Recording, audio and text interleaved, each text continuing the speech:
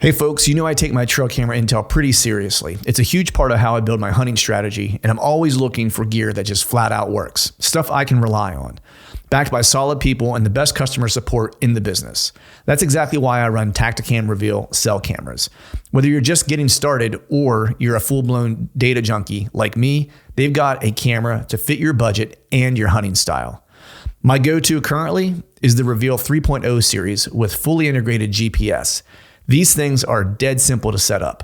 Less fiddling, more scouting and hunting. And they run on most major service providers and will automatically connect you to the strongest signal in your area. So no more hiking to the top of a ridge just to realize you've got the wrong service provider. Been there, not fun. Here's the kicker. You don't even need an SD card. That means fewer trips in, less pressure on your spots, and more real-time intel sent straight to your phone. And if you pair it with a Reveal solar panel or a lithium cartridge, you can keep those cameras running longer and spend more time doing what actually matters. Scouting new ground, dialing in a setup, or maybe, just maybe, finally cleaning the garage like you told your wife you would before the season started. Don't just take my word for it. Check out Tacticam Reveal at tacticam.com. Tacticam. Everything you need to take your hunting to the next level. Stay more comfortable, more concealed, and in the stand longer with Oscio gear. Premium camouflage apparel created for bow hunters by bow hunters. Oscio's revolutionary patented camo patterns and innovative features are designed to keep whitetail bow hunters totally invisible and dead quiet. Elevate your game with Oscio. Visit asiogear.com and take 20% off your purchase with code TRUTH20.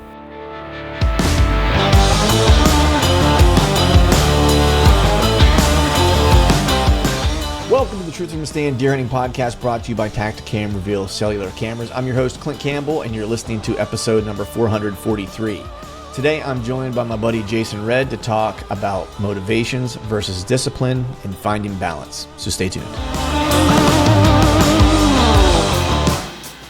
All right. What is up, everyone? Happy Wednesday to you. Hope you're doing well. Hope you are feeling fine. If you were at TAC this weekend at Seven Springs, hopefully you didn't get washed out. It looked like the weather was okay for part of it, and then it looked like some of it was just a pisser, a rainer. And I don't want to say a washout. I'm sure people are still out shooting, but that's always a fun weekend. I haven't been able to get back there in several years. I went 2 consecutive years, and then schedule wise, it just hasn't worked out. My anniversary falls around that similar time frame, so I'm usually not traveling during during that weekend. It's always a blast though. I always try to, look forward to whenever I do get to go back. A little bit different though this year, shooting a traditional bow and so forth. So there's one, I think it's called, don't quote me on this, but ETAR, I think is what it's called. I may try to make it to that one and do some shooting with a buddy. We'll see. Fingers crossed. Hopefully schedules work out and then I'm able to get away. I think that'd be a lot of fun. I have a feeling I'm going to lose a lot of arrows during that session, probably even more than I would lose in a typical TAC session. So, but with that, tags have been kind of coming through. So, this kind of last weekend's holiday weekend that we had, the final weekend of May here, and as you guys are listening to this, we're into June. Which is crazy to think about, if you're looking at velvet hunts and stuff like that, or maybe even, antelope or, hell, even, some of the areas for elk hunts, this early season elk hunts, are just really around the corner, just a couple, months away before we really start to kind of dive back into hunting, which seems crazy to think about. But tags have started to kind of come in. So my fall plans are kind of coming into focus. I'll talk more about that, more likely in a later episode, but I'm going to be traveling this year, at least for one trip. It's likely going to be somewhat extended beyond what I typically do. Usually it's like a week, maybe 2 weeks. I think I might do a little bit of what I did last year with the trailer whenever I was chasing that big deer in Pennsylvania, where I might do a little living and working out of the trailer on like a week, maybe leading up to the time I'm planning to take off, and then maybe a week on the backside of that if I need to. That way I could spend, a couple weeks out there. Some of it, 2 of the weeks kind of hunting and working. And then 2 of the weeks, just straight up hunting and getting after it. And beyond that, this is like the perfect time of year, beyond shooting your bow and stuff like that, for me at least, where I start to, hopefully you have your trail cameras out, or should be putting them out or getting them out relatively soon if they're not out. I think maybe one more that I need to get out, maybe two more if I'm feeling froggy. But right now is the time of year where I start to kind of tinker with my gear a little bit. And for me personally, it's like I'm looking to just try to streamline my stuff as much as possible. I think that was the big learning piece for me last year, and maybe we'll do a podcast on this. But the way I was able to chase that deer, living, hunting, working out of the trailer, and really kind of hunting pretty much every day for the most part, I kind of came to a realization that my gear is pretty well streamlined in terms of, if you're going to do an all-day sit or something like that, right? But I wasn't as streamlined as maybe as I would want to be in the scenario where I'm doing a lot of, morning hunts and then getting down and scouting, maybe making it back to the truck to grab something to drink or something to eat real quick, and then headed back out to scout and, kind of scouting my way through and then figure out where I'm going to set up for the evening. I was pretty late, and as the season went, I was getting lighter and lighter because I was realizing there were things that I was taking with me that I just absolutely didn't need in those scenarios. And so this year I'm trying to kind of start off with that and going with a very kind of minimalist approach to where I'm trying to get most things to either fit within my bivy, my bino harness, using that as a way to carry some things. And then whatever I happen to be, I'm trying not to use a traditional pack this year.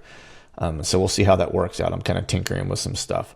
And then the other thing I'm kind of playing around with too is maybe doing a little bit of hybrid hunting. Been kind of thinking about that a little bit, scoping out some things, thinking more about areas that I might be sitting for longer periods of time, as we get in later into the season. But really, for the most part, what I'm thinking about is the earlier part of the year when I don't need nearly as much gear. My hunts aren't going to be nearly as long, where it's going to be more of a scouting mission and more mobile. And we talked a little bit about this on the podcast a little bit. I had my buddy Jason Red on. Have a cool show for you guys today. Jason Red is part of Timber Ninja. And what we talk a lot about discipline versus motivation. Motivation often wanes. Discipline is really what you need whenever you're getting to those grinder hunts and stuff like that. And then trying to strike the balance, not just in your hunting approach, but your balance in all things kind of that are going on outside of hunting, to make sure that whenever you are able to hunt, you're able to get out to scout to hunt, whatever the case is, that you're kind of all in and you're focused and you're super stoked to be doing it. Because I think a lot of times, we grind ourselves to the point to where you start to, even if you don't lose a little bit of the passion for it, which is normal, I think, whenever you go after something really, really hard for a long period of time, I think sometimes you get a little bit of foggy brain, and you start making decisions that maybe aren't the best decisions, right? You start making some mistakes. So we talk a little bit about that, but what we, did spend a little bit of time talking about was just, that ability to be kind of mobile, especially when you're on the ground and stuff like that. I was actually just talking with a buddy of mine the other day. You guys know him, had him on the show before, Byron Horton. He and I were kind of chatting about it the other day, talking about stick bows and just talking about paring down, trying to get lighter and things like that, and how more likely you are to make a move if you're on the ground. I gave an example last year. I was on this hunt chasing that deer. I heard some things happening in the timber that if I weren't in a tree at that moment, I probably would have made a move. But by the time I would have got out of the tree, and been able to make the move and so forth, probably would have been a day late and a dollar short. And so I've been thinking about that a lot too, is that how many more opportunities could I get if I were on the ground and could kind of just move to wherever the action is. And so, we talk a little bit about that on this episode, but just a super cool episode. Jason's a super, super good guy, great hunter, and just has a really good kind of philosophy and approach to hunting that I really dig. So hopefully you guys dig the episode as much as I did. And as always, thank you all for listening. All right, folks, welcome back to another episode of the Truth from the Stand Deer Hunting Podcast. And today I got on my buddy, Mr. Jason Red. What's going on, man? Not much, man. How about you? I'm hanging in there, man. We're getting some rain. My Wi-Fi is a little funky. We were just talking before we got on. It's you figured this day and age, man, you shouldn't have problems with Wi-Fi, especially if you live in kind of a populated area. But it seems like anytime I get overcast, rain, it just gets funky. It actually, I'm not going to complain too much about it because it does get me out of some work once in a while where I'm can't make the meeting. Internet's being weird. Right. I know, man. It's crazy how that works. I spend a lot of time on a computer and web calls, so it's part of life. Yeah, it's crazy how dependent we are on it. Like, you don't even really think about it most of the time until there's like a 5-minute period of time where it doesn't work the way you want it to work. If it doesn't work exactly the way you want it to, Yeah, you don't realize how dependent you are on it until you lose it. Like, when the hurricane hit here last year, it knocked out all of our our cell towers and landlines and power and everything. And like, being off grid like that, it's kind of, especially in like a situation like that, it's weird, man. Like, it really makes you rethink, some of your sources of communication. Yeah. Or like, even just think about how people prior to, just say, well, I mean, even when we were kids growing up, there was no such thing as a cell phone or internet, right? And you still made do. Oh yeah, for sure. It was a better life, I guess. I had a beeper. Did you? Yeah. Yeah. I never graduated to the beeper. Oh, you had 2 of them. Yeah, one for my money and one for my women. Yeah. Nice. That's awesome. Gangster stuff there, man. Yeah, you had one for gangster business and one for women business. I like it. Yeah, exactly. Yeah. You got to keep those two things separated, man. I know, you don't want to intertwine them. Yeah. But like, it's also like interesting, like how dependent we are on phones and stuff, and like, especially like, I'm sure you have, like, you go and you're off grid for 10 or 12 days, like doing a backcountry adventure hunt, whatever, and you don't have it. It takes you like 2 or 3 days to like, wean off of the thing, or, the connection in general. Mm-hmm. And I think it's something important that people need to do on a regular basis anyway, just for mental health, man, is like, just completely disconnect. And it's hard, man. It's almost like kicking a drug or something, Yeah. Yeah, I know when I go away on hunts where it's like, I know I'm going to be off the grid or whatever and not have service, it's the first couple of days, it's like I constantly find myself grabbing my phone for no reason other than like, I'm using it to look at maps and stuff like that, right? Like for things that are going to help me on the hunt. But I'll find myself when there's downtime, I'll just be sitting, listening for an elk to bugle or whatever it is, or some of the places where I deer hunt where I don't have any service. And I'll just naturally grab my phone and start scrolling like something's going to happen. You know what I mean? Like, there's no service. There's nothing possible going to happen, Yeah. And then like you said, it usually takes like 2 or 3 days, and then like I don't really think about it much. And the one thing I always notice, and I'm curious if you kind of have the same thing, when I get done with whatever that hunt happens to be and I'm on my way home or whatever the case is, I don't pick the phone up nearly as often. And I have like a realization, like I'm aware of it, that I can feel like the amount of, like, I don't want to say stress or pressure or whatever. It's like, I feel lighter, that I haven't had this attachment to it. And I always tell myself, it's like, man, I'm going to stop using it as much, and I'm going to put it away. That always happens to me when I go on these hunts, but then inevitably it's like, work forces me to be on it, et cetera, et cetera. And I end up just back in the same bad habits. Yeah. I mean, like, I used to wear a Garmin all the time that tracked all my stress and everything. And you could look at graphs for a year, and it was crazy. Like, doing what I do for a living, like, I'm always like kind of stressed out a little bit, things are just going. But man, I would notice these windows of like the graph dropping, and I'd look at those windows, and it was windows like, oh yeah, I was in Colorado for 12 days on a solo hunt, or I was, remote whitetail hunt in November, because you see these like just drops. Yeah. And so, what that is, man, like, it's not high level, but it creates anxiety, like when you're that connected. Like, we're not really designed to be connected that way. Yeah. 100%. I don't know. It's a weird thing. It's a little heady, but there's truth behind it. There's 100% truth behind it, man. Like, I wear an Aura ring now pretty much all the time. It started more so as like, I'm neurotic about stuff, and so I like to track like my workouts when I'm Yeah. training, my lifts, I want to see, I like to make sure I try to be as healthy as I can be, right? So I like to know like what my calorie output is, what my heart zones are and stuff like that when I'm training. And I want to track my sleep most importantly, because, as man, it's like, you and I are close to the same age. It's once you start getting older, like recovery becomes harder and harder, especially if you like to do things that are physical, whether it's physical hunts, whether it's lifting, biking, jujitsu, like whatever it is.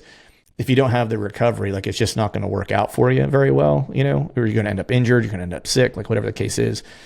And so I got it more so to track like my sleep and things like that. But I also see like the stress level and stuff like that it monitors during the day and stuff like that as well. And so I've been super neurotic about my sleep, and like it drives my wife a little bit crazy because I'm like, man, it's Clint Rocker bedtime. That's my dog's name, Rocky. And so like when it hits a certain time at night, I'm like, it's Clint Rocker bedtime. Got to go. No matter what's happening, it's like I'm getting in bed. Oh, yeah. Well, I mean, there's a lot of study out there. I know, like you see from a lot of these people online, it's like you got to go, go, go. Sleep is not important. You got to keep grinding, blah, blah, blah. But really, man, as you get older, I've noticed it myself, and there's studies behind this that you start needing to get more sleep at the kind of like you did when you were a baby. Baby sleep, 10 hours, 12 hours. And like they say that really your level needs to go up. And I think it varies for different people. But man, if I go like a couple days with like 4 to 6 hours of sleep, I'm trash. Mm-hmm. And especially like, you're saying if you're training at a high level, it's really important for the body to repair itself, and it needs rest. And, and I raced bicycles at a real high level, road bikes, endurance. And I had coaches back then, and they monitored my heart rate and stuff. And like, and you would tell, man, like when you were starting to peak, and so your heart, your resting heart rate would increase. Like if it was increasing 5 to 10 beats, he'd calm my training down, because once I was hitting that like 5 to 10 beat over resting, I'd start sweating at night, because the body's working that hard to repair itself. And that, I was in my 20s, so now it's like even more important about recovery, which, like I've beat my body up over the years and getting older, and I'll be 45 this year.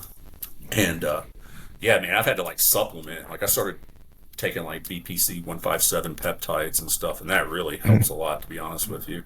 Yeah. As far as muscle and ligament repair and recovery and stuff, and gut health and everything. Yeah. But The I don't know if I want to live to 100, but the years that I'm alive, I want to feel the best I can. Yes, that's where I'm at, is the longevity, right? Because I have a desire. I really enjoy the things that I get to do, physically, and I want to try to be able to do those for as long as I can, right? And so I always kind of joke with some buddies of mine that that are around our age, and whether it's training or whatever the case is. For in this instance, it's training, and we kind of joke, we'll watch some of the younger guys just like getting after it, like hard. And I'm like, we'll just kind of sit off to the side and be watching them, and we'll take a rest round. You know what I mean? And they'll kind of make fun of us for taking a rest round. And I'm like, man, you wait like another 20 years, you're going to wish you took some rest rounds. I'm like, you can't keep that pace for forever. You know what I mean? It's like at some point you got to be smart about it. And it bleeds into hunting too. Cause even just say 10 years ago, the way I approached my hunting was, I won't say a lot different, but it was definitely different than the way I approach it now. Like now I'm much more efficient, I guess is one way to say it. More thoughtful. There's still moments where I run headlong into something because I still have that like aggressive mentality, but it's more of like a like patient, aggressive like approach to things. Do you feel kind of similarly? Has your hunting like kind of evolved the same way as?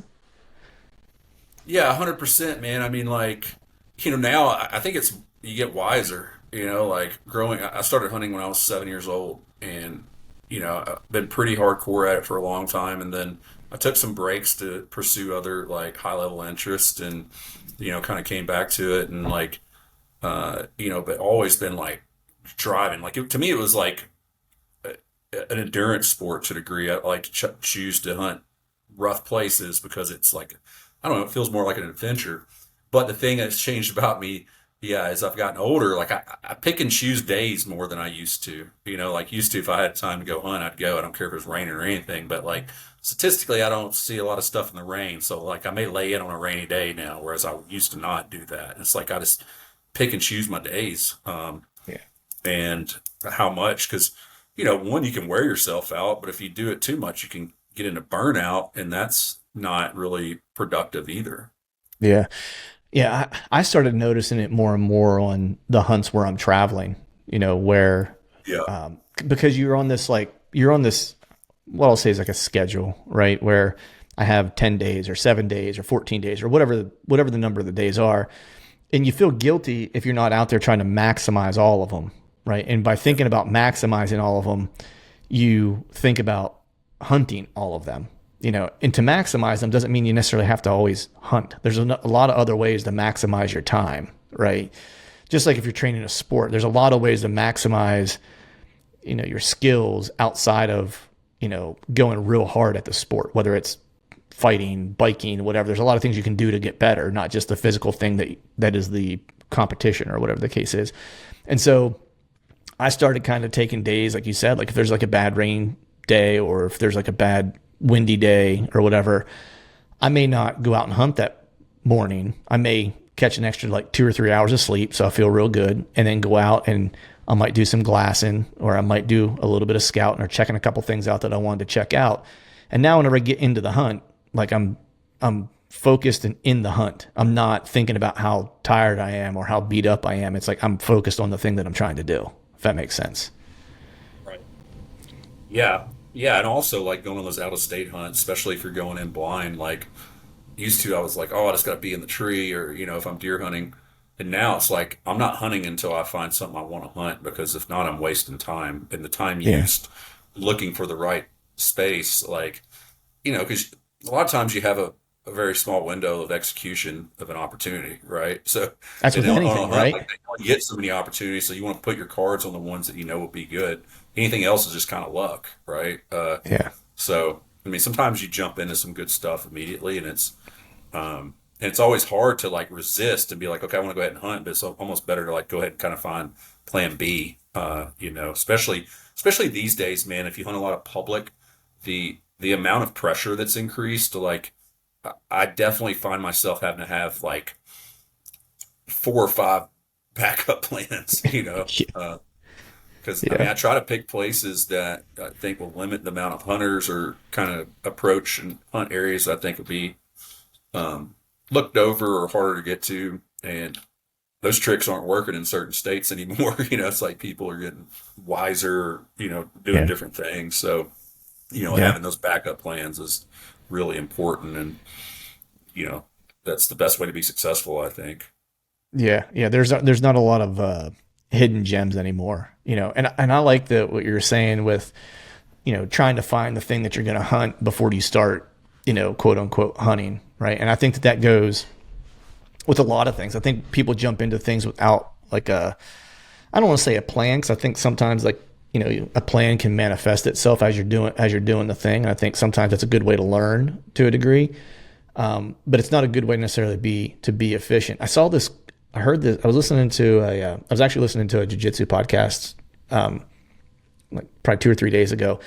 And I heard this guy mention this statement, and it was very applicable to jiu-jitsu. And it actually made a lot of sense to me, of like things that I need to work on personally in my evolution. But I immediately kind of recognized it in hunting too. And the statement he made was, it was him, I think, talking to someone who was newer and trying to develop, right? They hit a point where they were getting decent at the skill or at the sport or whatever it is, right? And they hit kind of like a plateau, right? And they were trying to work through that. And what the fella said was, jiu-jitsu is the thing that happens between techniques, because, a lot of like the beginning of jiu-jitsu is like you're just learning technique after technique after technique, right? And the true jiu-jitsu really is the thing that's happening in between you trying to execute these techniques. It's like trying to off balance the person, or you're trying to get the grip that you want, or what. That's the small things, right? And I thought about that in hunting terms, where true hunting is actually the thing that happens between the sits. Like the sit is just like the act of like waiting for your plan to materialize, right? The things that you've learned, in the strategy that you've laid or whatever the case is. But all that strategy building and things like that are all the things that you had to do in between the time you sat in a saddle 5 days ago, or you sat in a saddle or a tree 3 days from now, right? It's all that kind of in between is really the hunt, if you will. Yeah. I mean, I think, that analogy works, and, that approach, it's essentially like a martial artist's approach. It's about learning, it's like Kaizen. And,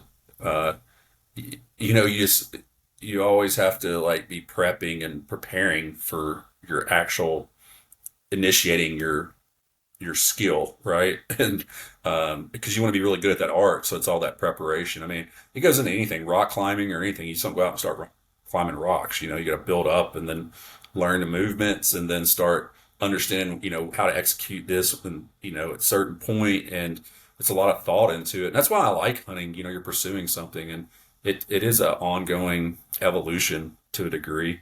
I mean, I think a lot of things aren't really evolving.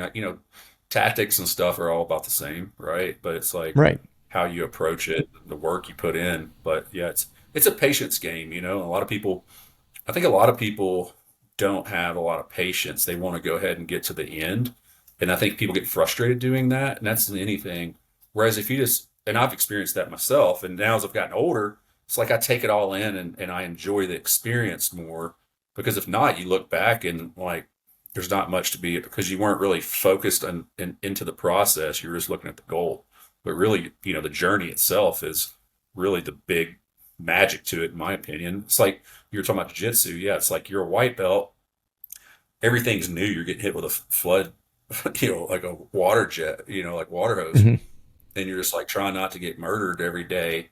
And so many people are already thinking about submissions, but it's really like just try to survive and learn the technique. And then like, blue belt level is like, okay, you're learning a bunch of defense more than anything. And then as you progress into like purple and browns, that's when you start putting your submissions into play, because it's hard to submit somebody if you're getting submitted first. So you got to really Yeah, have if you're a just good getting your defense. brains beat in. Yeah. Yeah. Yeah. I mean, it's so applicable But it to all hunting works. too, right? Yeah.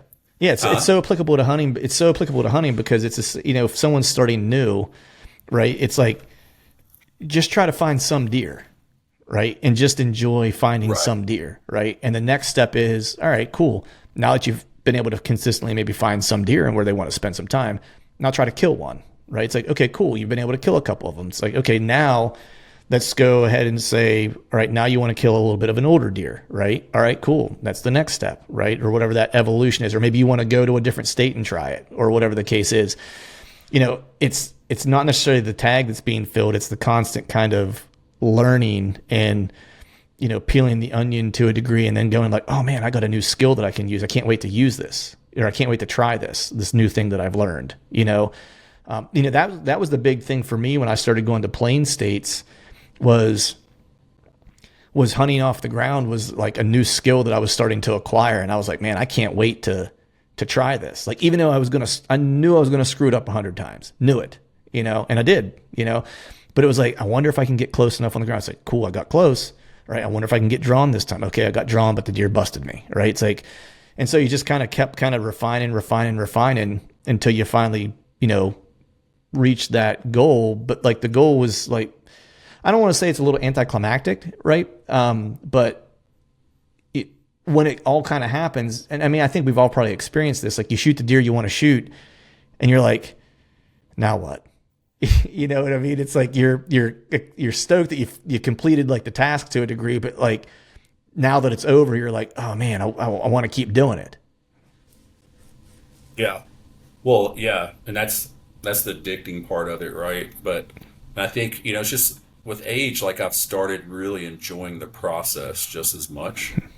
And like, say in hunting, like the kill of the animal, that's just really the icing on the cake, like, and I think if you don't really start to love the journey, you're not going to go far in anything, because you're going to get burnt out. Because like you were talking about those plateaus, you reach a plateau in everything you do. I mean, this all correlates. This is life, it's business. Everything kind of works off these same foundations, and you deal with the same, what I call like a peak and valley thing, you work your butt off, you get to the top, and you're like selling, and you're like, hitting this downhill really good, and it's fun because you use those skills. But then you hit another valley, and you have to go up the next peak. So it's like once you start programming your brain that that's going to be like that, it makes your life a lot less stressful in anything that you pursue.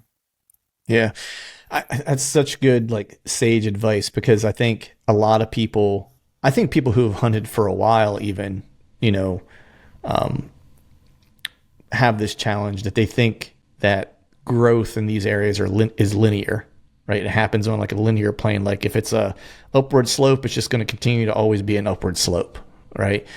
But the reality is that a lot of times, that growth doesn't look like progress a lot of times. It looks like regression a lot, Yeah.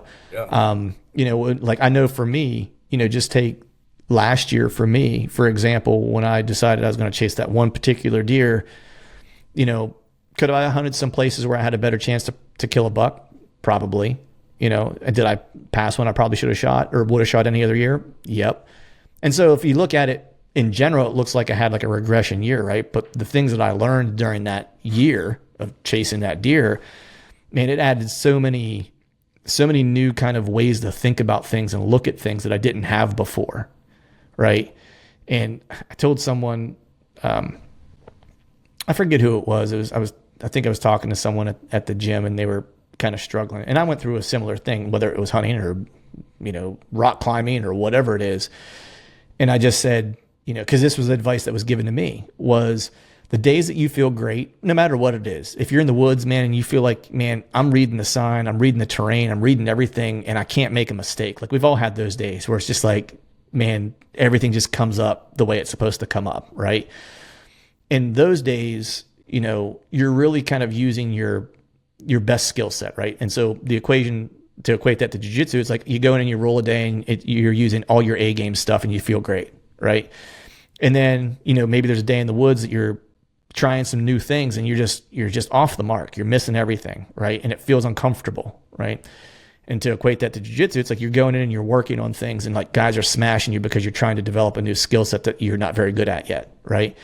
And I was kind of going through this, and my buddy kind of said to me, he was like, look, the days that you're comfortable, he's like, are days where you're really just kind of sharpening the sword to a degree. He's like, the days that you feel like trash, he's like, are the days you're growing. He's like, you should have more days where you feel like trash than you do feel good, And so I kind of thought about that in hunting terms where I'm like, I need to and that was really why I did what I did last year, where I was like, I need to force myself into a position where it's like, I feel like trash a little bit. Cause I was like, I feel like I need that. Cause I had a good year the year before.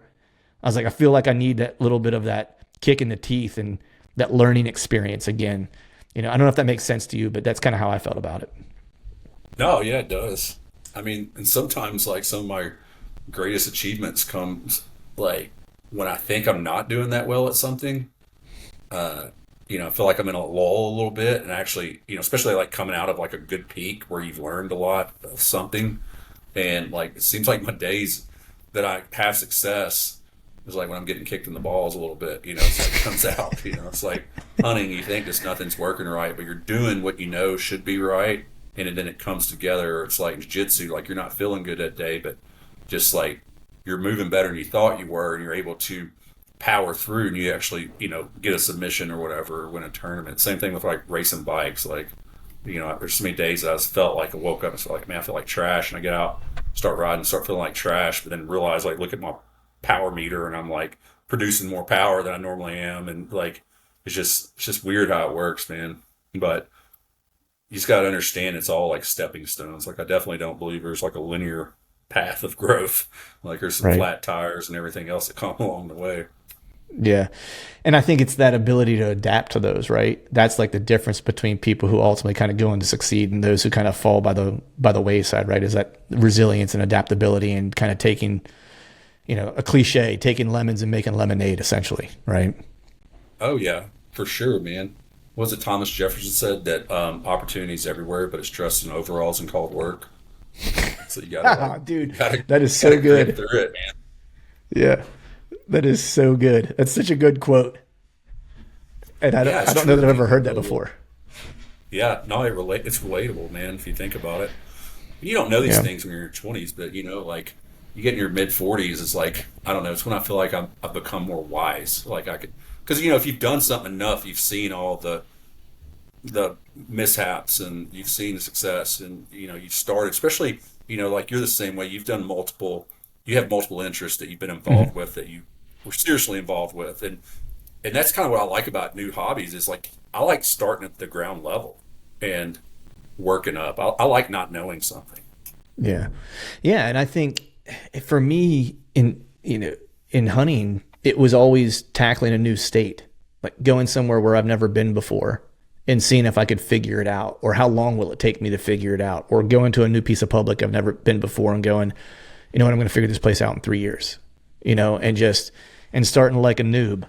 Right. And you kind of got to go through like all those growing pains again. And there's something to be said for that, of it stretching kind of like your mind and your capabilities, and taxing yourself sometimes physically, sometimes mentally, sometimes emotionally, because you're like, screw this. I don't even know if I want to do this anymore, and it makes you kind of have that, inner battle with yourself. And you start to really understand, not to be overly dramatic, but you start to get a good sense of, what am I capable of? Right. And I think that's just good in general for people to know, like, what are you really capable of? Like, what are your limits to a degree? Yeah.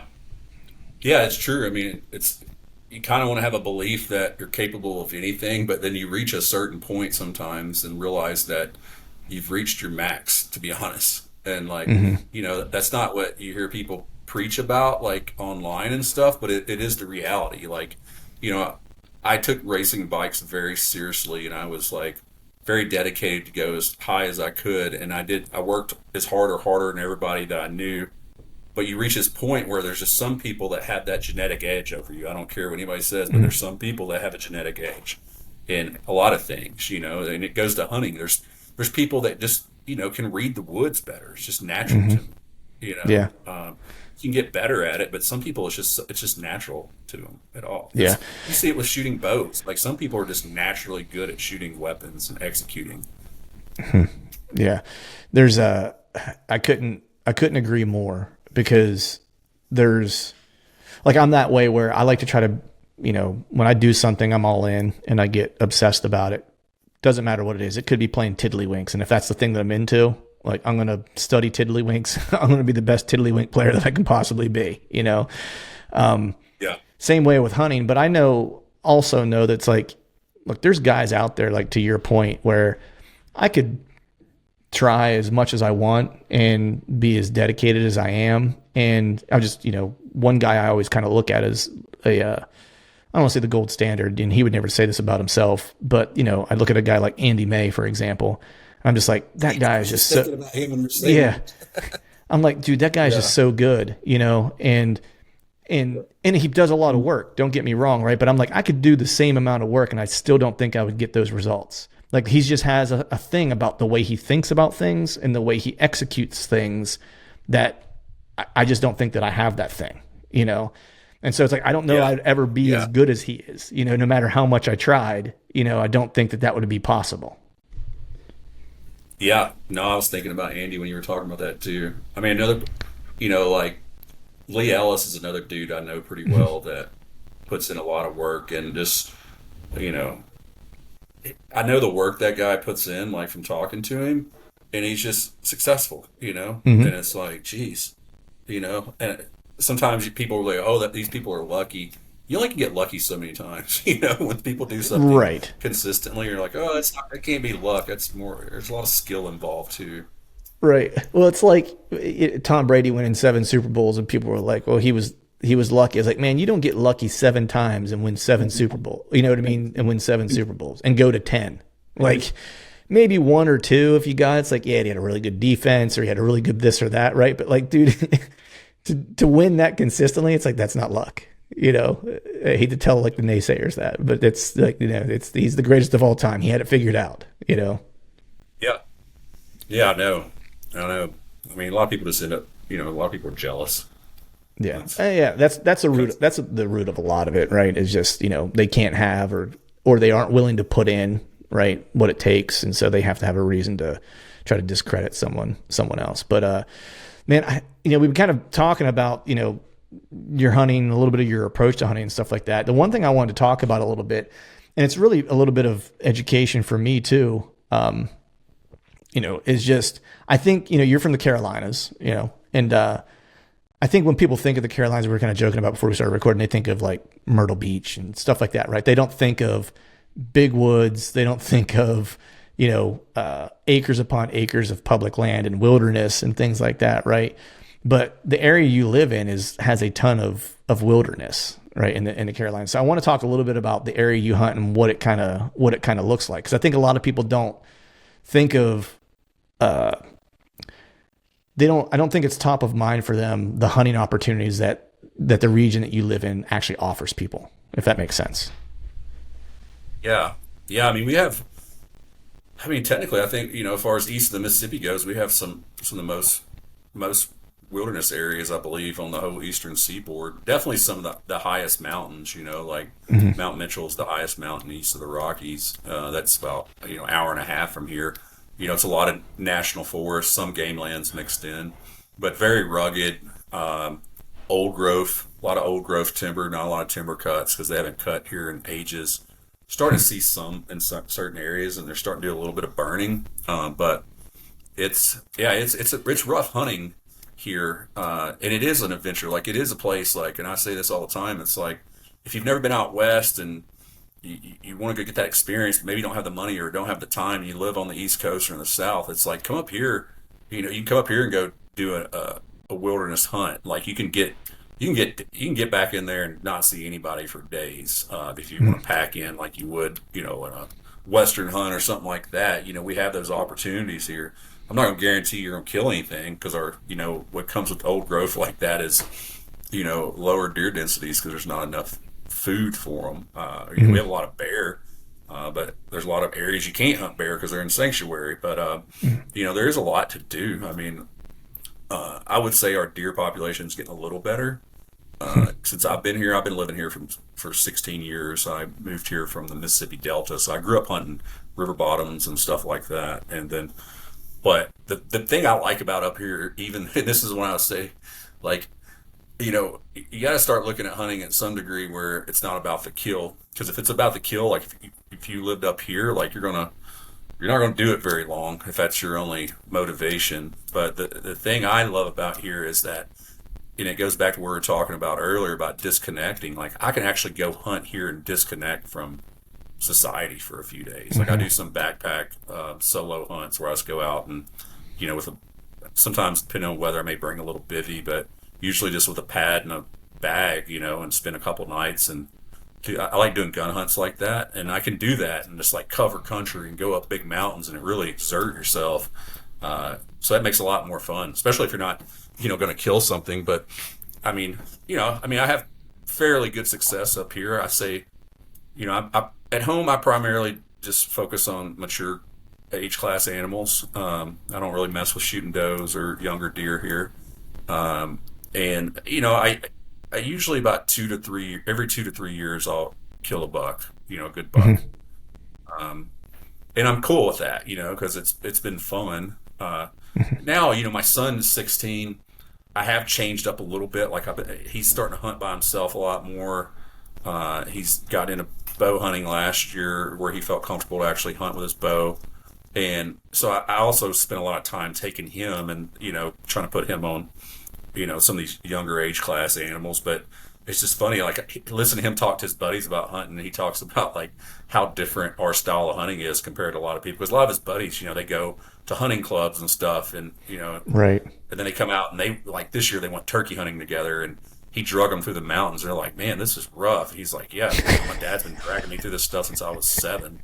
But he loves it that way. Like, he tells me all the time, he's like, I don't think I'd want to go sit in a box blind or just wait it out. He's like, I like the way we do it, even though we don't always kill something. I mean, he's killed 2 deer so far, so it's not bad for up here, to be honest with you. But it is different up here, man, and it's fun though, because most of the time, like, especially how I hunt and where I hunt, when I kill one, like, it's a full on pack out too, so you're getting just an incredible overall wilderness experience.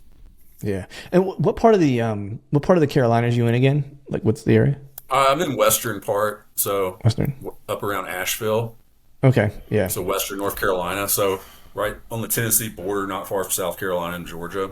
So we Yeah. got Pisgah National Forest and Nantahala National Forest, and then in Tennessee you got Smoky Mountain National Forest, the park, which there's no hunting in there. So, Right. um, but yeah, it's a lot of steep hill country, tall mountains, weathered, a lot of rhododendron, scattered hardwoods, poplar. Some spots you get into some evergreen type stuff, but yeah, a lot of creek drainages. Yeah. Yeah, How it's far? I've been to Asheville one time, and then I was also in. I think is it Boone, North Carolina? yeah. There's like Boone's a. not far. Boone's about 2 hours from here, Okay. Yeah. kind of north. I was I was there for like a buddy got married there, and I was there for that beautiful part of the country, man. That's just like that area is just gorgeous. The so I'm curious, because it's mountainous, it's rugged. You can have some adventure hunts and stuff like that. When you're planning your hunt, like when you're hunting in general, like what is typically your like your strategy? Like what are you focusing on? Because you were saying that there's not low deer density, right? So Yeah. I'm imagining there's not a lot of food, right? I'm imagining there's a lot of big woods. It's probably got a lot of tall canopy and, kind of open understory in a lot of areas where you'll probably just find pockets of thick areas. So how do you kind of find deer in a place like that, I guess is the first question. A lot of walking is part of it. I mean, it varies, depending on what you're hunting. Like if you're hunting like, younger age deer, bucks, and doe groups, if you're trying to kill an animal, you know, typically I'm going to focus more on some of the sunnier sides. If I can find some country that has some private ag bumping up to it, that's another thing that, typically attracts more deer.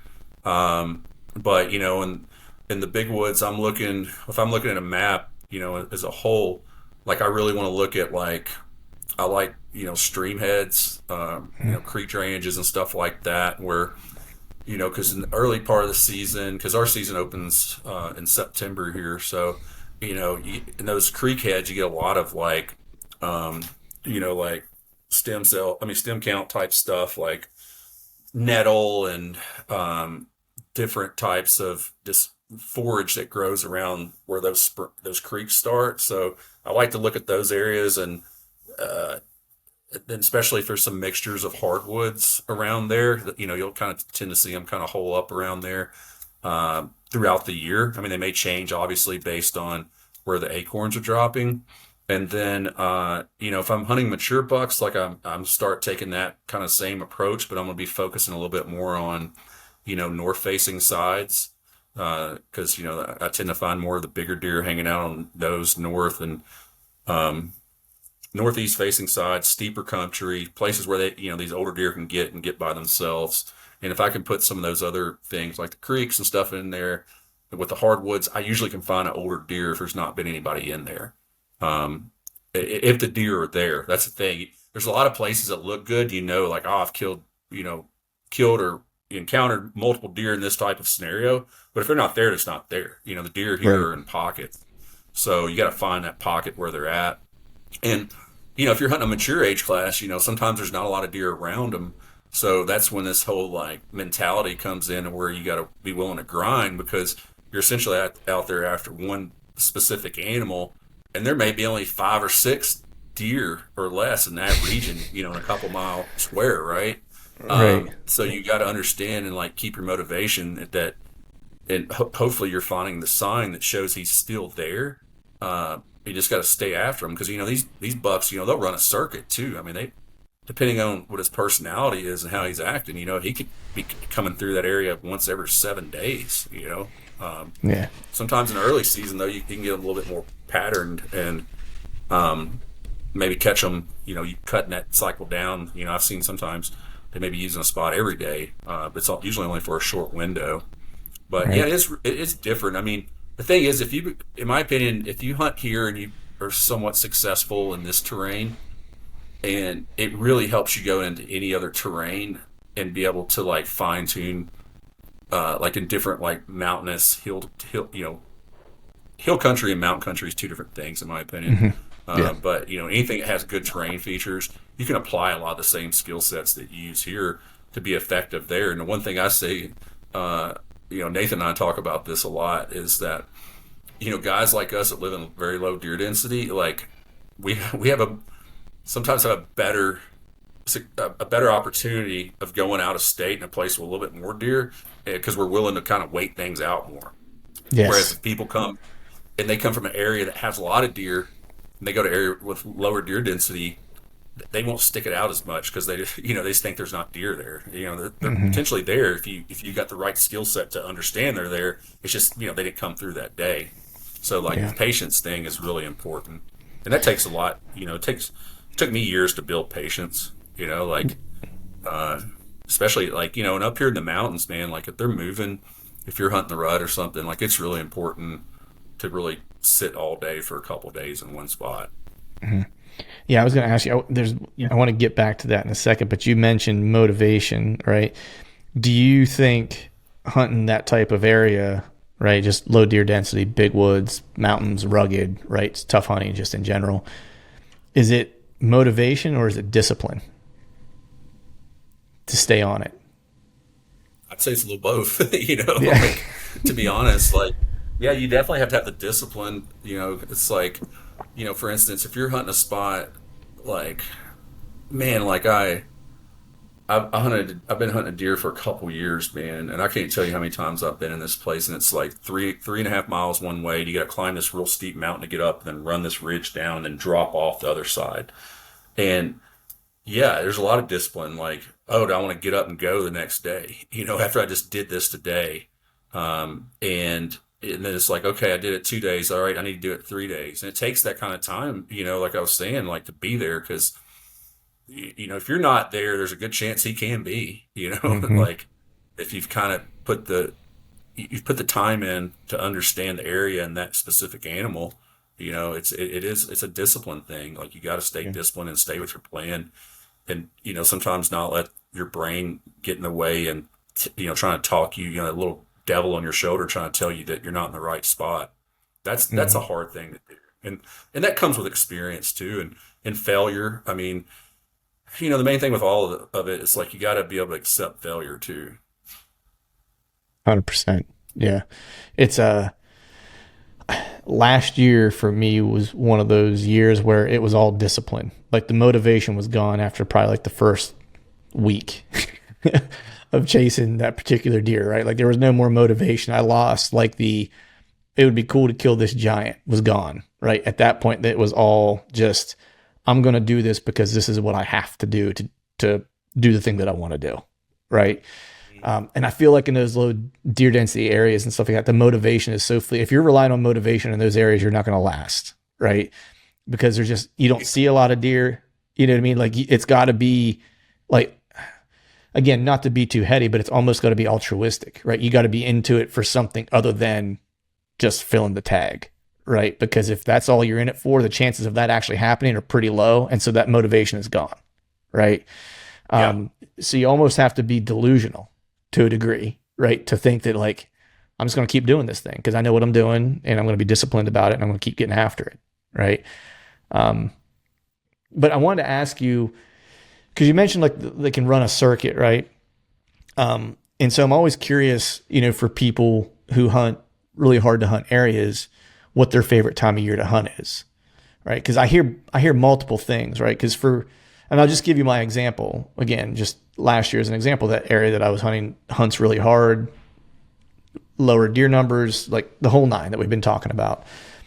And I was kind of some guys that were local were yeah, you're kind of crazy if you're going to hunt that in October because people don't hunt it until the rut because there's just deer could be anywhere, all the reasons. And I was well, I feel better if I can be there and try to track him down and scout and try to lay eyes on him and, and actually hunt him and not try to wait on him, to see if he makes him, like, if he just happens to show up where I'm going to be, like, during the rut one day. I was like, I ain't that kind of lucky. That's not my game. And so I'm curious, for me, it's like, I really like hunting October now more than anything, because I can kind of try to track something down. Although when I go out of state, it's like it's always November usually. So I'm curious for you, like, what time of year is your favorite time of year to hunt in areas like that, where it's just, it's going to be a challenge, it's going to be a grind regardless. Is there an area or a time of year that you've kind of, in your mind where you're like, man, I have a real good system for this time of year, and this is what I like to use? Yeah, I mean, and I think this varies for individuals too. Like they always, I've heard some smart hunters, old guys say, you can take three really good hunters and put them in on one deer, and they all three may kill the deer, but they may do it a different way. You know what I Mm-hmm. mean? Like what's kind of like their thing. And for me at home, honestly, like I've had the majority of my success has been for the mature age class animals has been later in the season. Like December 13th until the end of the year, or the season closes January Yeah. 1st. And like that typically has been my favorite time, because I see, even the buck I'm after, for instance, like I'll see the older bucks start, call it a second rut or whatever. I see them start cruising a little bit more by themselves, and a little bit less. You see a little less activity with the younger deer that time. So it's just like the old guys up, because they're efficient too. Like they've done this for a number of years, and they try to, understand and utilize their energy, right? I don't spend as much time here, like during like our peak rut as much, because things are just, if you're after a target deer, more than likely there's a good chance he's kind of run off somewhere else for a while. So I'll do some during that time of year, but I really try to save energy for the end of the year. I do like early season a good bit, but I like it more so if I have some history with an animal, and then I know where he's bedding, and then our season being as early as it is here, I think there's a good opportunity for capitalizing then, because you've got a lot more cover, a lot less, there's not any pressure. You got some mixture, they're still eating on some green, but they're also starting to transition to acorns. So you got a lot of things working in your behalf. Mhm. So, but if I was going to say, okay, I only could hunt a week here, for me, it would be, later December. Yeah. What's funny is that the dates you mentioned are almost, I'd have to go back and listen, but I think those are almost the exact dates that Nathan Killen gave me as his favorite dates too. Yeah. Yeah. And see, his season opens in October. And, you know, I would say if his season opened in September, he'd be pretty eager about that time, and he'd probably kill more deer during that time, to be, because Mhm. he's a scientist. I will say that. Yeah. Yeah. It's, yeah, because we were talking the one day, and I think it was on the podcast, and he just kind of mentioned that his hunting really doesn't start until like Thanksgiving. Really is what he was saying. That's kind of really like after Thanksgiving is really whenever he's going to really, I don't want to say make the effort, but that's like when he really focuses. If he's chasing a particular deer or whatever. And I've tried to start paying attention to that timing around here, and I do notice like a couple big deer that I've watched. They always seem to like show up around that time frame for whatever reason. Yeah. But it's just not ever been consistent enough for me. There were two deer in particular that like had this, I don't want to say it was a pattern, but I would see them be a little bit more visible or vulnerable around that time. But nonetheless, no tags were filled on Yeah. either of those deer. Well, you keep learning. I mean, around here, typically our rut, our peak rut is usually around Thanksgiving, uh, 1st of December, that time frame. But I have noticed over like the last 3 years that I see like an uptick around November the 15th ish, Mhm. of like a couple days there, man. I'll see, and I'm talking like cameras that I have in two different wilderness areas, essentially 25 miles apart, see like some big deer up and moving for a couple days right then, man. It's almost like, in the Midwest, like around October 15th, you get a little cold front, you got a couple really good days right there. It's similar to that is what I've noticed, like just and I normally don't like focus on hunting those days. Usually on those types of days, I'm in the Midwest hunting still, or out somewhere out of state. But I come home and check cameras and be like, well, shit, I should have been here, like, but after you see that for like 2 or 3 years, you're like, okay, there's a little Right. pattern there. And like, but it's a gamble, right? But I wouldn't necessarily focus on that. But it is something if you live at home, maybe you can. But yeah, I mean, like that later season's pretty stellar. And I think later season in a lot of states is better because you start, especially like some of your Midwest states, it gets colder, people quit hunting, deer start wanting food, and you start seeing, some big deer, and you can kind of go back to hunting them without any pressure too. But Yeah, it's hard for us on the East Coast to really go all the way out like Illinois or somewhere like that in late season. yeah, it's late season's just never been a friend to me for whatever reason, and I haven't put a lot of time into the late season either, to be completely honest.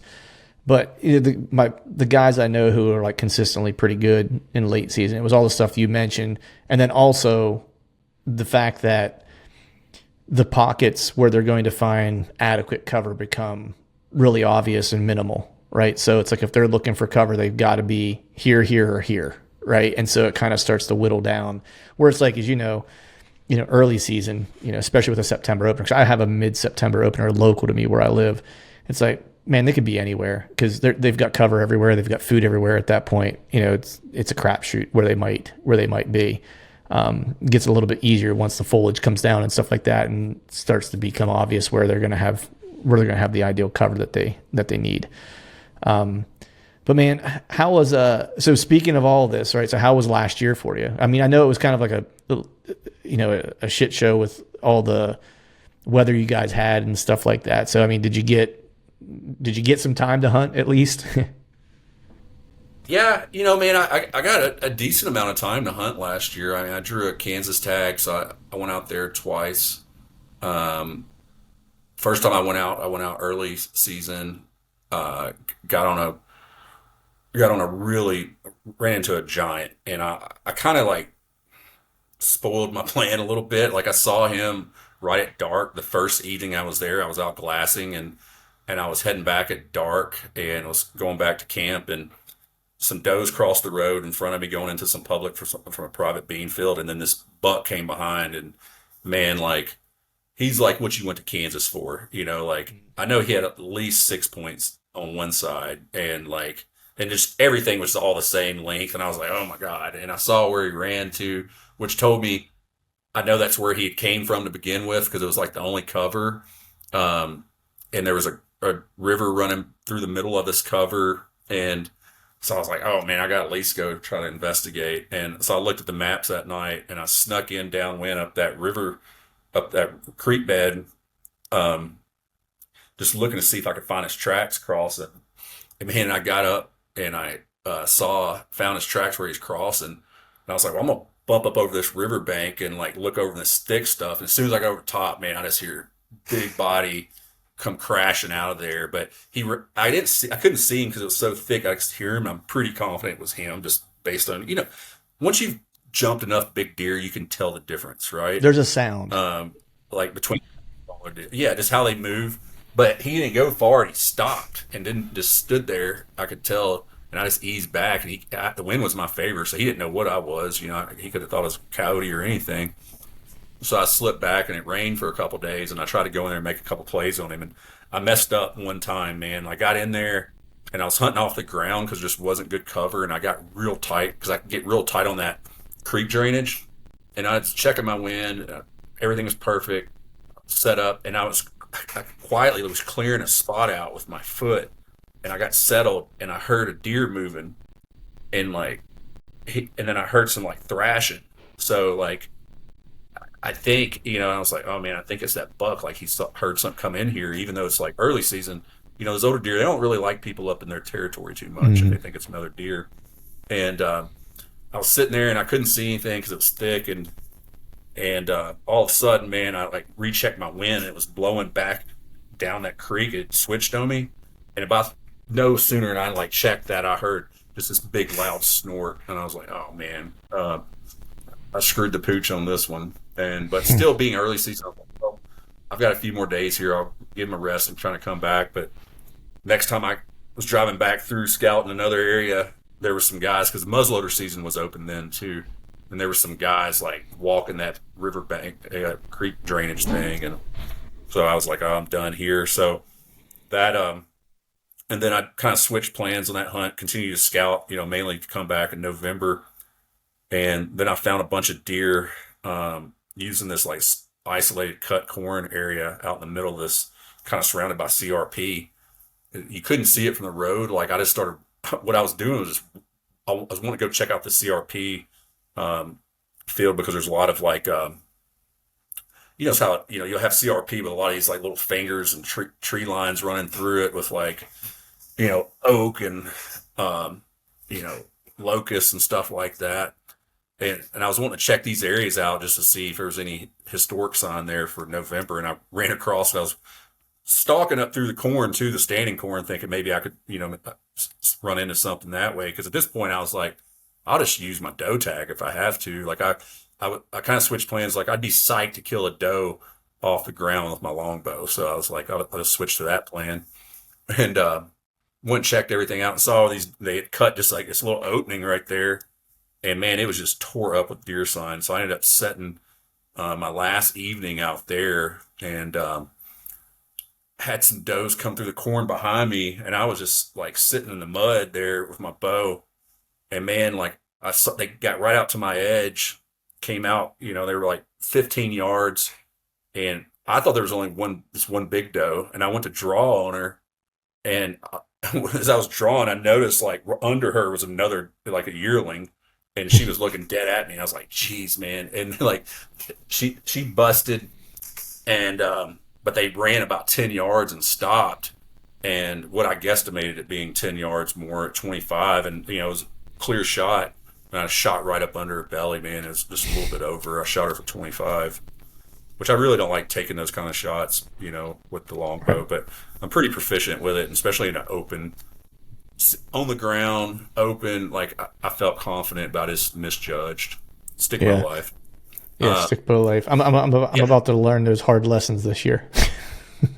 Yeah, man, it's the process. But but while I was out there, man, like I was getting calls and it's like, hey, I knew there was a storm front coming up, a hurricane coming out of Florida that week towards the end. And, we get those weather systems that come out, out of that hit us. And sometimes we'll get a little bit of flooding, but man, I was talking to people back home. They're like, man, this is going to be pretty bad. You need to get back and start, getting some stuff done, at your building. Cause my building is in a river valley. So like it's flooded before. And I was like, okay.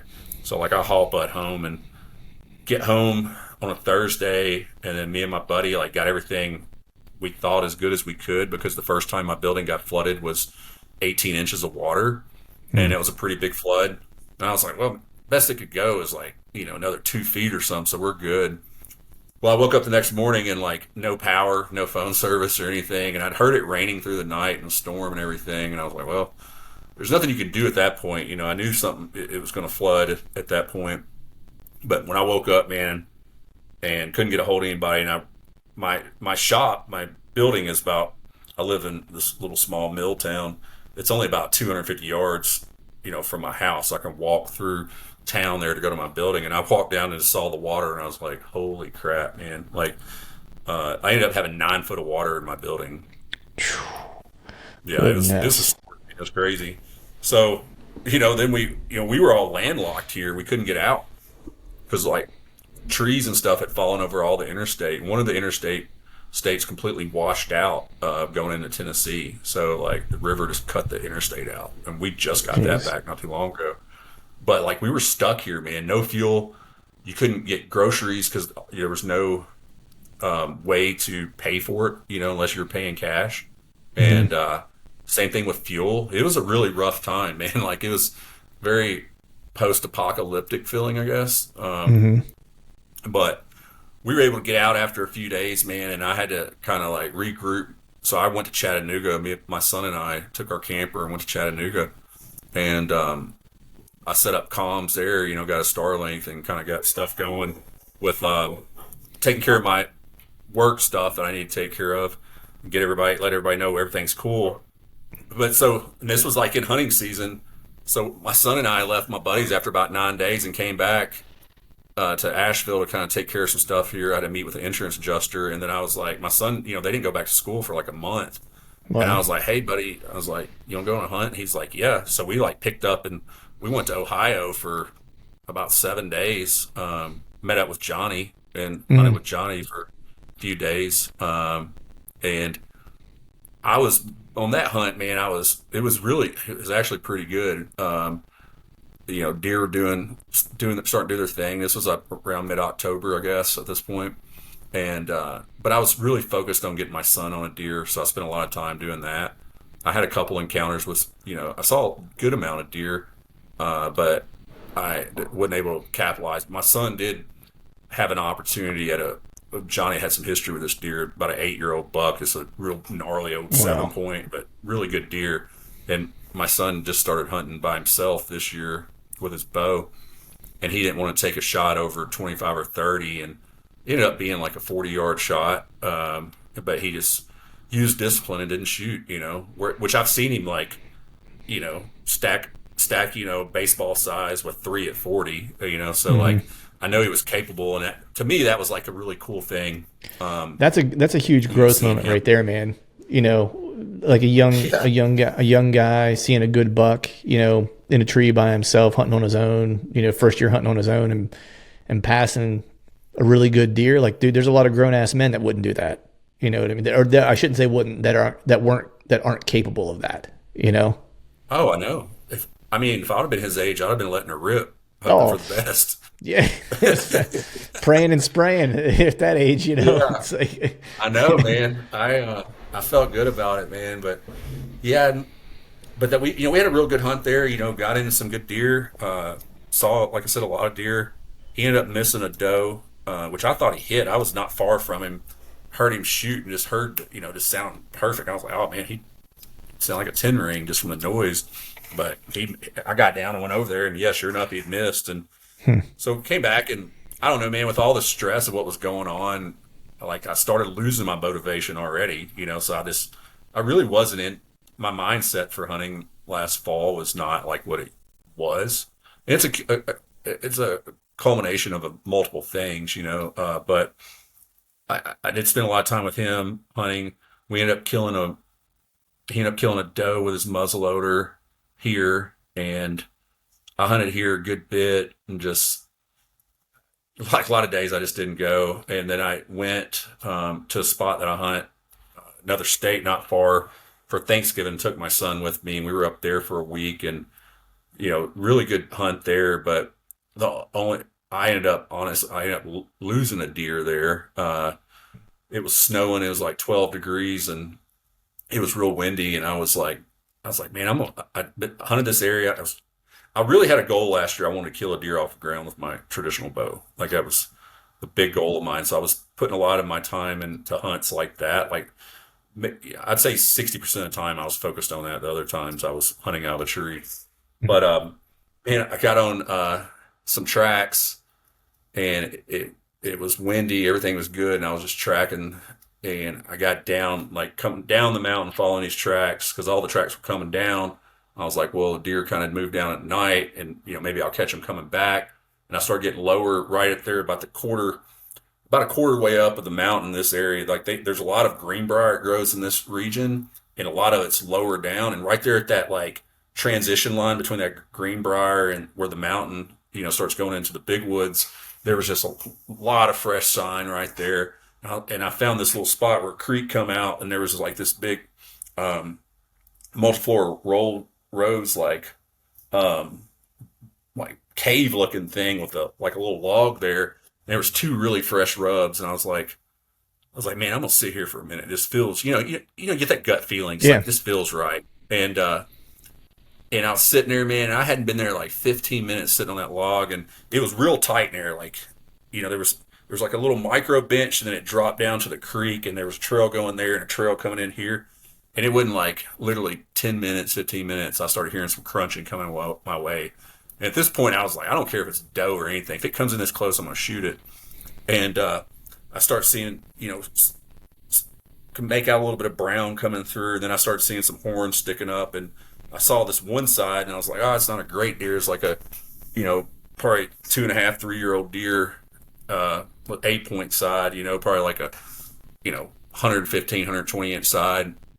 But then I saw this other side. It was just like kind of this long spike coming out. And I was like, oh man, because I get down on stuff like that. So I was like, if that deer comes up, man, I was like, I'm totally shooting that deer. Just because the season I've had, and it's like, and my adrenaline was up, and I was excited because like there's a lot of times, that's another thing about me. Like if I don't go and pick up my bow and I see a deer, I know it's not a deer I want to shoot. Yeah. And but I started getting excited about this, and he's getting closer, and I noticed I was like, man, he's going to pop right up on top of me. And sure enough, he did. And I was like, he's going to bust if he comes in, because at this point he was going to be like 9 yards. And sure enough, man, he pops up, and I'm just like sitting stone cold, still as I can on this log, and I just have my bow, and I just have just a minor bit of tension on the string, and I had a good little area to my left here that was clear, and I kind of analyzed. I thought like when he came out, he was going to kind of go that way, so I was ready for that shot, and I hadn't done any trimming here because there's a lot more saplings in this area, and so he came up, and he came to this tree. He was right behind this tree. That at this point he was probably 7 yards, and I'll start putting tension on the string. I was like, okay, he's gonna go left, and I just start putting tension, and then he like turns his head and looks around the tree that way, and just starts going that way to my right. So I kind of like let down just a little bit, and I just eased. I'm like, any moment this deer is gonna see me, but it's just like he looked at me, but he was looking through me a couple times. You get that sense. Yeah. And I think it's just because like my backdrop was really good, and I wasn't wearing camo. I was wearing, I think, like a flannel shirt or a hoodie, and just some some green pants. And so I just started putting more tension, and I noticed there was a limb that I noticed my top limb was going to hit a sapling, and I really didn't look behind, and I came to full draw. And at this point, he's only like 6 yards, and I came to full draw, and I let go, and I noticed my bow like kicked like that, and I looked, and there was a sapling there that my bottom limb hit and kicked my bow, and so when the arrow left, like. It was one of those moments like you're like, oh, this is, he's already in the skillet. But bro, when that arrow kicked, when that limb kicked, it went straight into his damn hindquarter. Like I thought it was a Texas heart shot. And I was just like sick at that moment, man. Right. And he ran up the hill and stopped about 20 yards, but I couldn't get a shot because it was just thick. But I could just see blood just going everywhere out of his hindquarter. And I was like, well, maybe I did, that's where the luck thing would have came in, right? Right. And so I was like, well, I'm going to let him go. He like walked off, stopped again, looked back, and I could still see he was bleeding, and it was snowing. So I was like, I'll let him go. And I'd actually brought my Drothar with me on that trip. I have a Dutch Drothar. And I said, well, I'll give him some time, go get my son and my buddy that came with us, and we'll grab Ruger and come out and put him on the track. And we got back and got on the track. He was immediately on it, following it good. And then all of a sudden it started cutting straight uphill after about 200 yards. And I was like, man, that's not a Texas heart shot. They don't make it 200 yards, and they definitely don't go uphill. And he started tracking it uphill. Then he got sidetracked because there was a bunch of turkey scratching right there. And, man, we grid searched and never covered anything else. I followed his tracks, no more blood. So that was a bummer, man. It really sucked. Yeah. And I kind of like, since I had that happen, I was like, I'm not even going to try to punch a tag. I'm just going to focus on hunting with my son. So I ended up hunting with him for the rest of that trip and found a really good buck sign, found this good trail, perfect tree, and the weather was right. And we got out there that afternoon, and it was cold, man. Like in the afternoons, it was still like 17 degrees and a little bit of wind. And my son, at that age, like they just haven't hardened yet, enough to the temps. And we set up this tree, and I set up above him. He sat down below me.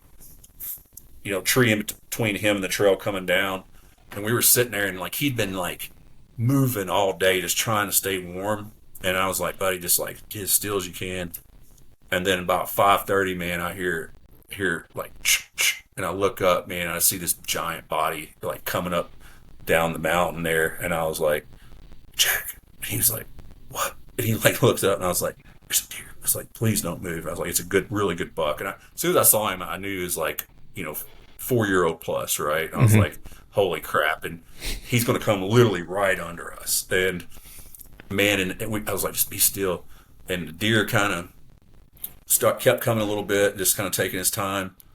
And then my son, man, he goes, hey, where's he at? And I was like, as soon as he said that, a deer just like stopped dead in his tracks, man. I was like, oh shit. Man.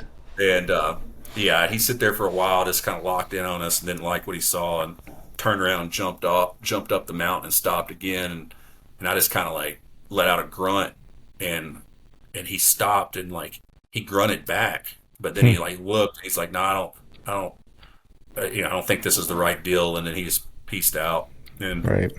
Yeah, so that was pretty much it for me, man, for deer season. Like,